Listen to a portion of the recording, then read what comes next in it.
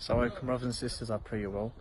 I'm just coming to an end to my trip in Jordan, and I've come to Mount Nebo, which is believed, at least amongst the Christians, because it's a biblical reference, where the Prophet Moses was shown Jerusalem, the promised land.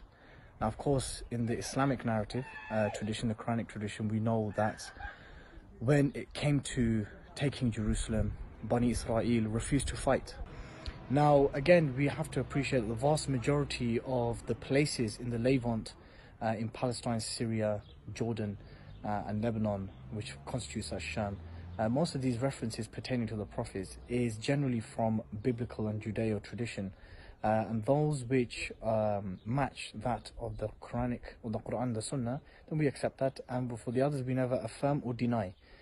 So yeah, the story, cut the long story short, is basically that the children of Israel, they refused to fight to take Jerusalem, and they were very arrogant and very nonchalant and very lazy, and you have to appreciate that this was the generation which saw the splitting of the Red Sea.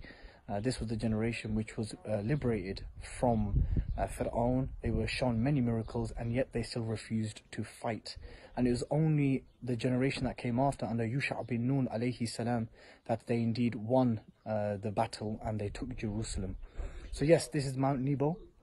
It's actually closed, brothers and sisters, but you can see it from here. You can see it from here.